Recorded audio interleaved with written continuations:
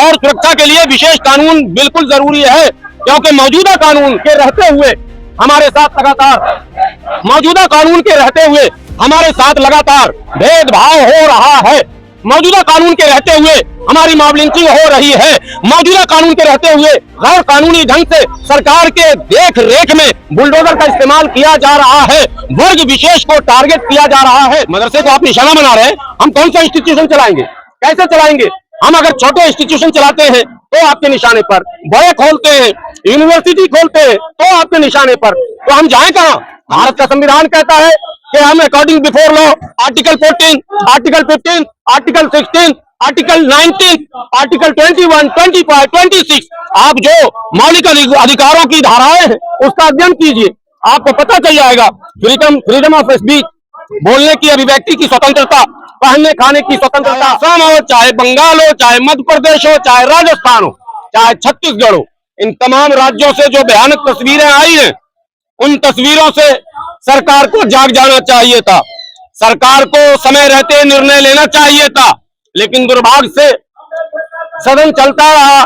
तमाम तरह के बहस, जो गैर जरूरी बहस थे, उस पर समय बर्बाद किया गया। लेकिन एक जरूरी बहस जो देश की सुरक्षा से, देश के अमन चैन से, देश की शांति से, देश के विकास से जुड़ा हुआ है, उस पर बहस नहीं किया गया।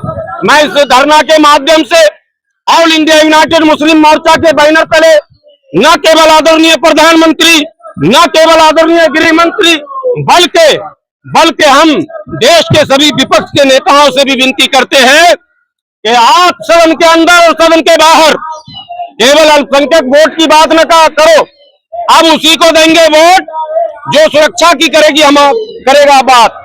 जो पार्टी सुरक्षा की बात करेगा वही हमारे वोट की बात करे, अन्यथा हमारे वोट की बात न करे। हमारा प्रमुख मुद्दा आज भी सुरक्षा है, और सुरक्षा के लिए विशेष कानून बिल्कुल जरूरी है, क्योंकि मौजूदा कानून के रहते हुए हमारे साथ लगातार भेदभाव हो रहा है। मौजूदा कानून के रहते हुए हमारी मॉब लिंचिंग हो रही है। मौजूदा कानून के रहते हुए गैर कानूनी ढंग से सरकार के देख रेख में बुलडोजर का इस्तेमाल किया जा रहा है। वर्ग विशेष को टारगेट किया जा रहा है। सड़कों पर, दुकानों पर हमले किए जा रहे हैं। क्या भारत में हमारी वो स्वतंत्रता, जो खाने की स्वतंत्रता, पहनने की स्वतंत्रता, सोचने और पढ़ने की स्वतंत्रता थी, क्या वो छीनी जा रही है? सरकार को इस पर भी संज्ञान लेने की आवश्यकता है। भारत का संविधान कहता है कि हम according before law article 14, article 15, article 16, article 19, article 21, 25, 26, आप जो मौलिक अधिकारों की धाराएं हैं उसका अध्ययन कीजिए, आपको पता चल जाएगा। फ्रीडम ऑफ स्पीच, बोलने की, अभिव्यक्ति की स्वतंत्रता, पहनने खाने की स्वतंत्रता, पढ़ने पढ़ाने, अपने इंस्टीट्यूशन खोलने, कहाँ है साहब? मदरसे को आप निशाना बना रहे हैं, हम कौन सा इंस्टीट्यूशन चलाएंगे, कैसे चलाएंगे? हम अगर छोटे इंस्टीट्यूशन चलाते हैं तो आपके निशाने पर, बड़े खोलते हैं, यूनिवर्सिटी खोलते हैं तो आपके निशाने पर, तो हम जाएं कहां? हम इस देश में क्या करेंगे? हमको क्या आप चाहते हैं? क्या दोयम दर्जे का आप नागरिक बनाना चाहते हैं? इसलिए ऑल इंडिया यूनाइटेड मुस्लिम मोर्चा इस देश के हित में, समाज के हित में, राज्य के हित में, इस देश की विकास, तरक्की और उन्नति के लिए अमन जरूरी है। शांति विकास की जननी है, और अशांति विकास के लिए बाधा है।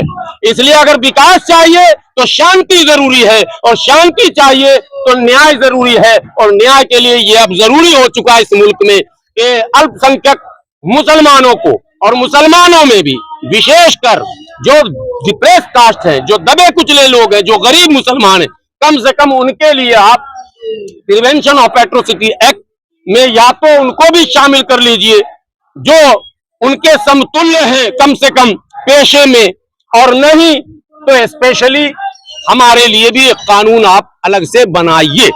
यही मांग को लेकर आज हम लोग यहाँ आए हैं।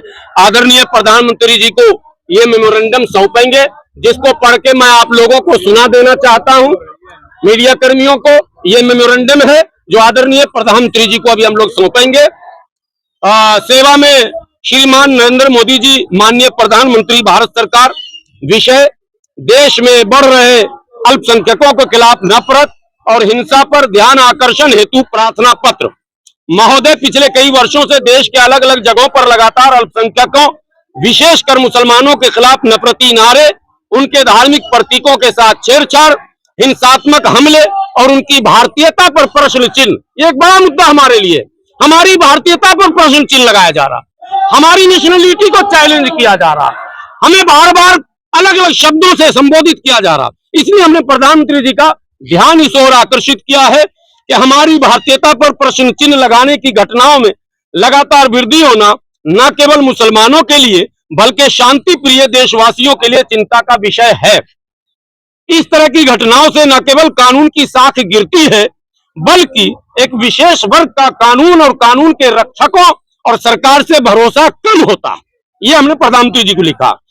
ऑल इंडिया यूनाइटेड मुस्लिम मोर्चा का मानना है, यदि इस तरह के स्वघोषित सेनाओं समझ गए, स्वघोषित सेना जो चल रही है, तथा कथित धार्मिक संगठनों और धर्म का नाम लेकर सस्ती लोकप्रियता प्राप्त करने वाले नेताओं के इस कानून विरोधी, समाज विरोधी, धर्म विरोधी कार्यों पर रोक न लगाया गया और उचित कार्रवाई नहीं की गई तो इससे न केवल मुसलमान बल्कि देश का नुकसान होगा और इस नुकसान को रोकना सरकार का नैतिक कर्तव्य है।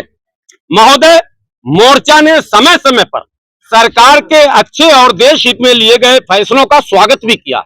हमारा संगठन इतिहास में दर्ज है, प्रधानमंत्री जी के अच्छे कार्यों के लिए हमने समर्थन किया।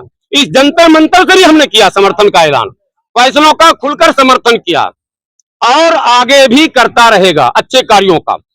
लेकिन मोर्चा के सभी समर्थकों का मानना है कि देश, समाज और राष्ट्र की भलाई के लिए गरीब पसमानदा मुसलमानों को विशेष कानूनी सुरक्षा प्रदान करने के लिए जरूरी है कि उन्हें भी अत्याचार निवारण अधिनियम 1989 में शामिल कर लिया जाए ताकि वो भी अपने आप को सुरक्षित महसूस करें और अल्पसंख्यक विरोधी सरकार होने के कुप्रचार से वो अपने आप को अलग कर सकें।